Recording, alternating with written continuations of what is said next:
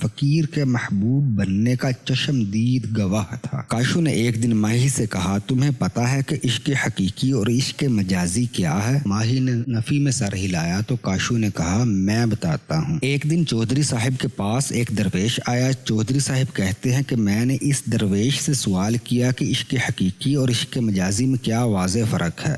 دونوں عشق ہی تو ہیں اور دونوں میں چاہا جانا ہی تو شرط ہے۔ درویش مسکرایا اور مٹی کے گھڑے سے ٹھنڈے پانی کا پیالہ نکال کر مجھے تھماتے ہوئے کہنے لگا، نادان، عشق حقیقی اور عشق مجازی میں اتنا ہی فرق ہے جتنا آسمان اور زمین کے درمیان ہے۔ عشق مجازی کیا ہے؟ تم کسی انسان کے عشق میں پاگل ہو جاتے ہو۔ چلو ہو گیا عشق، اب کیا ہوگا؟ کوئی تمہارے محبوب کی طرف دیکھے تو برا لگے گا، کوئی اس کا عاشق بنے تو اسے قتل کرنے پر تل جاؤ گے۔ عشق مجازی رقیب سے نفرت سکھانے لگتا ہے، جبکہ عشق حقیقی میں ایسا نہیں ہوتا، یہ تو سراپا عشق ہے۔ عشق حقیقی میں رقیب سے بھی محبت ہونے لگتی ہے، محبوب کا ذکر کرنے والے کو تلاش کیا جاتا ہے، محبوب کے عاشق سے بھی عقیدت ہو جاتی ہے۔ عشق مجازی رقیب سے نفرت کا جذبہ ابھارتا ہے، لیکن عشق حقیقی رقیب سے قربت پیدا کرتا ہے۔ درویشوں کی محفل میں سبھی رقیب ہی تو ہوتے ہیں، ایک محبوب اور باقی سب عاشق ایک ہی محفل میں ہوں اور ہاتھ چومے جائیں۔ کوئی ایک داستان گو محبوب کا ذکر چھیڑے، اس سے اپنی والہانہ محبت کا اظہار کرے تو باقی سب سر دھننے لگتے ہیں۔ عشق حقیقی محبوب سے جڑی ہر چیز میں محبوب دکھانے لگتا ہے، عشق مجازی میں محبوب سے جڑی چیزیں رکاوٹ معلوم ہونے لگتی ہیں۔ عشق مجازی میں محبوب سنگ دل ہے، اکڑتا ہے، ادائیں دکھاتا ہے، ناز نخرے اٹھواتا ہے اور اکثر چھوڑ جاتا ہے۔ عشق حقیقی میں محبوب لپکتا ہے، قریب آتا ہے اور چاہت میں ماں کی ممتا کو بھی کہیں پیچھے چھوڑ جاتا ہے۔ کیا تم نے سانول سے محبت کی ہے؟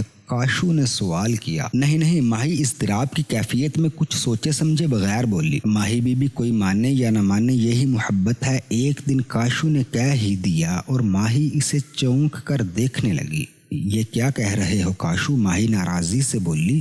تم حد سے بڑھ رہے ہو، ماہی نے کہا اور پھوٹ پھوٹ کر رونے لگی۔ کاشو، مجھے محبت سے انکار تب تھا نہ اب ہے، میں تو اس کے انجام سے ڈر گئی تھی اور مجھے آپ کی حالت پر رحم آ رہا ہے۔ کاشو بولا، آپ نے یہ کیسا روگ پال لیا ہے؟ بڑی بی بی مجھ سے اکثر پوچھتی ہیں اور میں انہیں مطمئن کر دیتا ہوں، لیکن اب پانی سر سے گزر چکا ہے۔ کل بڑی بی بی ملک جمال سے ملی تھی، میں نے سنا ہے وہ آپ کا رشتہ احمد جمال سے طے کر رہی ہیں۔ ماہی یوں تڑپ کر اٹھی جیسے کسی کمزور فاختہ کے دل میں اچانک تیر ترازو ہو گیا ہو۔ یہ کیا کہہ رہے ہو؟ وہ تو ان ماں بیٹے کو پسند نہیں کرتی تھی نہ تایا جمال کو، ماہی بے یقینی سے بولی۔ بی بی جی، دنیا کی سب سے بڑی خوبی اور سب سے بڑا رشتہ پیسہ ہے، کاشو بولا۔ جس کے پاس جتنا پیسہ ہے وہ اتنا ہی معزز اور معتبر ہے، اور احمد جمال تو پھر بھی آپ کا تایا زاد ہے۔ تاہم یہ فوری فیصلہ بڑی بیگم نے آپ کی موجودہ حالت کے پیش نظر کیا ہے۔ تم میرا ایک کام کرو کاشو، آج اور ابھی جاؤ اور سانول کو لے آؤ۔ ماہی کے لہجے میں التجا در آئی تھی۔ یہ کام میں بہت پہلے کر چکا ہوں، کاشو نے یاسیت بھرے لہجے میں کہا۔ میں اس کی طرف گیا تھا۔ پھر کیا کہا اس نے؟ کیا وہ مجھ سے ابھی تک ناراض ہے؟ کیا اب وہ مجھ سے محبت نہیں کرتا؟ ماہی ایک ہی سانس میں کئی سوال کرتی چلی گئی۔ بی بی جی، اسے بھول جائیں، اس کی جان کی دشمن نہ بنے۔ ابھی میرے سوا کسی کو کچھ نہیں معلوم، مگر اب وہ وہاں نہیں ہے ماہی بی بی، وہ تو اسی دن یہاں سے چلا گیا تھا۔ کیا بتا وہ خانہ بدوش کہاں اور کس حال میں ہوگا؟ کاشو نے بتایا۔ تم جاؤ اور اسے ڈھونڈ کر لاؤ، ورنہ تمہاری ماہی بی بی مر جائے گی، وہ ملتجیانہ انداز میں بولی، اور کاشو اس مہم کو سر کرنے کے لیے نکل کھڑا ہوا۔ الف اردو ٹی وی کے پیارے ناظرین، سانول اور ماہی کی داستان کا بقیہ حصہ اگلی ویڈیو میں۔ اگر آپ کو یہ سلسلہ اچھا لگے تو چینل کو سبسکرائب اور کامنٹ باکس میں اپنی رائے سے ضرور آگاہ فرمائیں۔ Thank you.